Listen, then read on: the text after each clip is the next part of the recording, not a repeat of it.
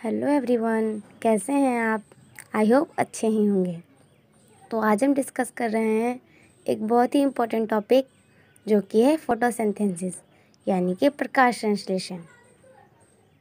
तो हम सभी जानते हैं हमारे आसपास मौजूद सभी हरे पौधे सूर्य के प्रकाश में अपना भोजन खुद बनाते हैं। तो उनके अंदर ऐसी क्या खास बात है कि वो अपना भोजन स्वयं बना पाते हैं। तो शुरू करते हैं। सबसे पहले मैंने एक हरा पौधा बनाया है ताकि आपको समझने में आसानी हो। सभी हरे पौधे सूर्य के प्रकाश को ग्रहण करते हैं और हरे पौधों में क्लोरोफिल होता है, जो हरे रंग का वर्णक होता है। सभी हरे पौधों में उसे क्लोरोफिल कहते हैं, यानी कि क्लोरोप्लास्ट या क्लोरोफिल, कुछ भी कह सकते हैं आप। और मानव द्वारा उत्सर्जित कार्बन डाइऑक्साइड CO2, जिसका सूत्र है CO2, और पौधों में हम जल देते हैं वो, और पौधों में जो मिट्टी उपलब्ध होती है उसमें जो पोटेशियम, कैल्शियम, फॉस्फोरस, ये जितने भी खनिज होते हैं, ये सारे उन सब की उपस्थिति में सभी हरे पौधे प्रकाश संश्लेषण करते हैं और हमें देते हैं, ये उत्सर्जित कर हमें ये निर्माण करते हैं मंड का और ऑक्सीजन का सूत्र है O2।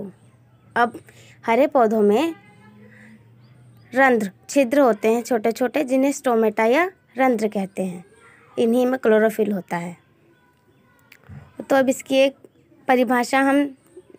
परिभाषा जैसा ही कुछ हम डिस्कस करते हैं ताकि हम पेपर में प्रॉपर इसकी डेफिनेशन लिख सकें। तो प्रकाश संश्लेषण, सभी हरे पौधे सूर्य के प्रकाश एवं क्लोरोफिल की उपस्थिति में अकार्बनिक पदार्थ से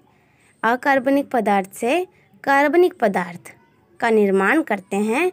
इसे प्रकाश संश्लेषण कहते हैं। अकार्बनिक पदार्थ क्या होता है? जैसे कि अकार्बनिक पदार्थ मैंने अभी आपको ऊपर बताया, कार्बन डाइऑक्साइड, सूर्य का प्रकाश और वाटर यानी जल।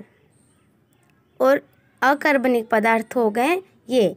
अब इनसे इन्होंने क्या बनाया? कार्बनिक पदार्थ यानी स्टार्च यानी मंड को हम ग्लूकोज भी कह सकते हैं। O2 और ऑक्सीजन, सभी को पता है कि पौधे हमें ऑक्सीजन देते हैं और हमसे कार्बन डाइऑक्साइड लेते हैं। तो इन्होंने एक मंड बनाया और एक ऑक्सीजन बनाया।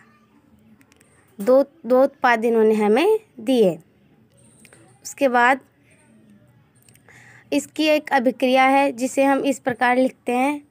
ये है कार्बन डाइऑक्साइड प्लस H2O यानी कि जल, और सूर्य का प्रकाश और क्लोरोफिल।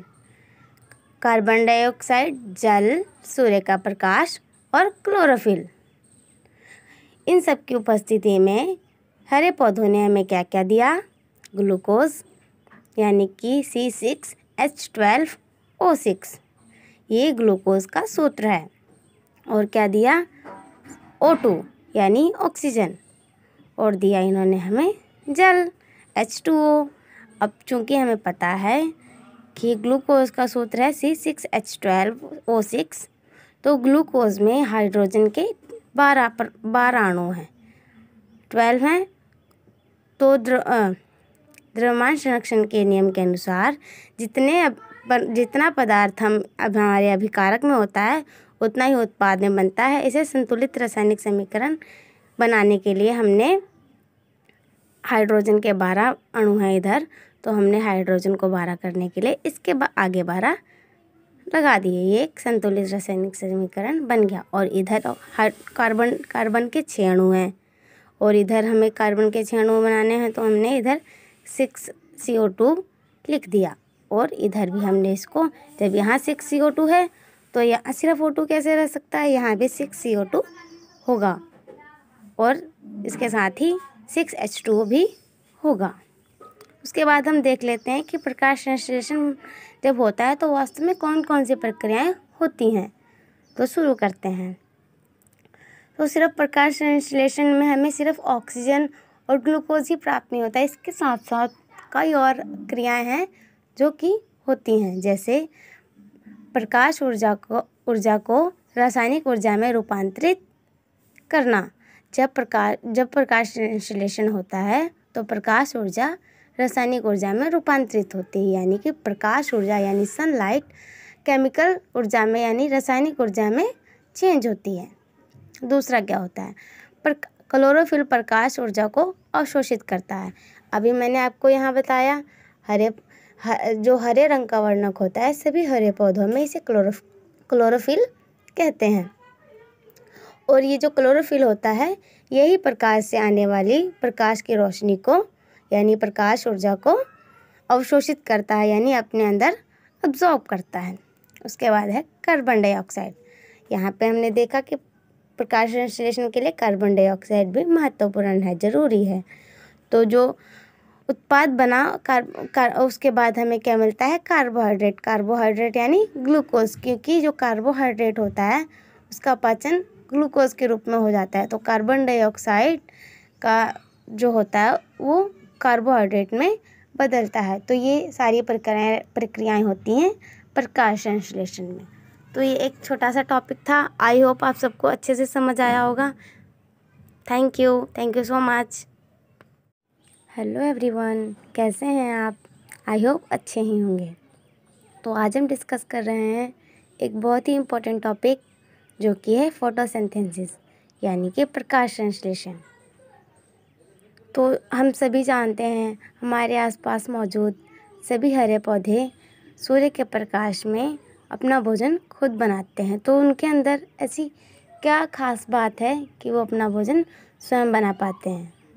तो शुरू करते हैं। सबसे पहले मैंने एक हरा पौधा बनाया है ताकि आपको समझने में आसानी हो। सभी हरे पौधे सूर्य के प्रकाश को ग्रहण करते हैं और हरे पौधों में क्लोरोफिल होता है। जो हरे रंग का वर्णक होता है सभी हरे पौधों में उसे क्लोरोफिल कहते हैं, यानी कि क्लोरोप्लास्ट या क्लोरोफिल कुछ भी कह सकते हैं आप। और मानव द्वारा उत्सर्जित कार्बन डाइऑक्साइड CO2 जिसका सूत्र है CO2, और पौधों में हम जल देते हैं वो, और पौधों में जो मिट्टी उपलब्ध होती है उसमें जो पोटेशियम, कैल्शियम, फॉस्फोरस, ये जितने भी खनिज होते हैं ये सारे उन सब की उपस्थिति में सभी हरे पौधे प्रकाश संश्लेषण करते हैं और हमें देते हैं, ये उत्सर्जित कर हमें ये निर्माण करते हैं मंड का और ऑक्सीजन का सूत्र है O2। अब हरे पौधों में छिद्र होते हैं छोटे छोटे, जिन्हें स्टोमेटा या रंध्र कहते हैं। इन्हीं में क्लोरोफिल होता है। तो अब इसकी एक परिभाषा जैसा ही कुछ हम डिस्कस करते हैं ताकि हम पेपर में प्रॉपर इसकी डेफिनेशन लिख सकें। तो प्रकाश संश्लेषण, सभी हरे पौधे सूर्य के प्रकाश एवं क्लोरोफिल की उपस्थिति में अकार्बनिक पदार्थ से कार्बनिक पदार्थ का निर्माण करते हैं। इसे प्रकाश संश्लेषण कहते हैं। अकार्बनिक पदार्थ क्या होता है? जैसे कि अकार्बनिक पदार्थ मैंने अभी आपको ऊपर बताया, कार्बन डाइऑक्साइड, सूर्य का प्रकाश और वाटर यानी जल।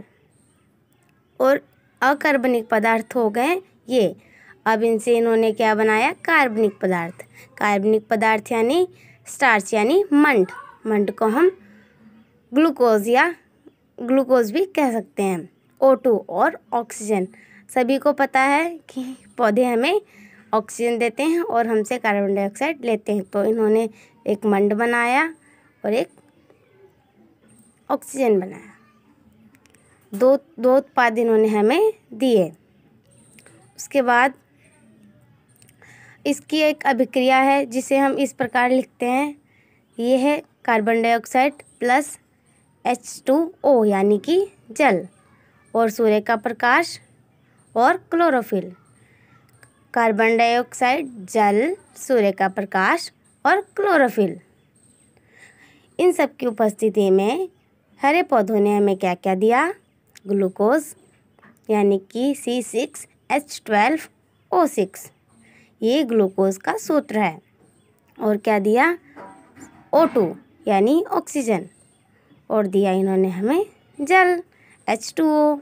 अब चूँकि हमें पता है कि ग्लूकोज का सूत्र है C6H12O6, तो ग्लूकोज में हाइड्रोजन के 12 अणु हैं, 12 हैं। तो द्रव्यमान संरक्षण के नियम के अनुसार जितना पदार्थ हमारे अभिकारक में होता है उतना ही उत्पाद में बनता है। इसे संतुलित रासायनिक समीकरण बनाने के लिए हमने हाइड्रोजन के 12 अणु हैं इधर, तो हमने हाइड्रोजन को 12 करने के लिए इसके आगे 12 लगा दिए। ये एक संतुलित रासायनिक समीकरण बन गया। और इधर कार्बन के 6 अणु हैं, और इधर हमें कार्बन के 6 अणु बनाने हैं, तो हमने इधर 6CO2 लिख दिया। और इधर भी हमने इसको, जब यहाँ 6CO2 है तो यहाँ सिर्फ O2 कैसे रह सकता है, यहाँ भी 6CO2 होगा, और इसके साथ ही 6H2O भी होगा। उसके बाद हम देख लेते हैं कि प्रकाश संश्लेषण जब होता है तो वास्तव में कौन कौन सी प्रक्रियाएं होती हैं। तो शुरू करते हैं। तो सिर्फ प्रकाश संश्लेषण में हमें सिर्फ ऑक्सीजन और ग्लूकोज ही प्राप्त नहीं होता है, इसके साथ साथ कई और क्रियाएं हैं जो कि होती हैं, जैसे प्रकाश ऊर्जा को रासायनिक ऊर्जा में रूपांतरित करना। जब प्रकाश संश्लेषण होता है तो प्रकाश ऊर्जा रासायनिक ऊर्जा में रूपांतरित होती है, यानी कि प्रकाश ऊर्जा यानी सनलाइट केमिकल ऊर्जा में यानी रासायनिक ऊर्जा में चेंज होती है। दूसरा क्या होता है, क्लोरोफिल प्रकाश ऊर्जा को अवशोषित करता है। अभी मैंने आपको यहाँ बताया जो हरे रंग का वर्णक होता है सभी हरे पौधों में इसे क्लोरोफिल कहते हैं। और ये जो क्लोरोफिल होता है यही प्रकाश से आने वाली प्रकाश की रोशनी को यानी प्रकाश ऊर्जा को अवशोषित करता है, यानी अपने अंदर अब्जॉर्ब करता है। उसके बाद है कार्बन डाइऑक्साइड। यहाँ पे हमने देखा कि प्रकाश संश्लेषण के लिए कार्बन डाइऑक्साइड भी महत्वपूर्ण है, ज़रूरी है। तो जो उत्पाद बना उसके बाद हमें क्या मिलता है, कार्बोहाइड्रेट यानी ग्लूकोज, क्योंकि जो कार्बोहाइड्रेट होता है उसका पाचन ग्लूकोज के रूप में हो जाता है। तो कार्बन डाइऑक्साइड का जो होता है वो कार्बोहाइड्रेट में बदलता है। तो ये सारी प्रक्रियाएं होती हैं प्रकाश संश्लेषण में। तो ये एक छोटा सा टॉपिक था। आई होप आप सबको अच्छे से समझ आया होगा। Thank you so much.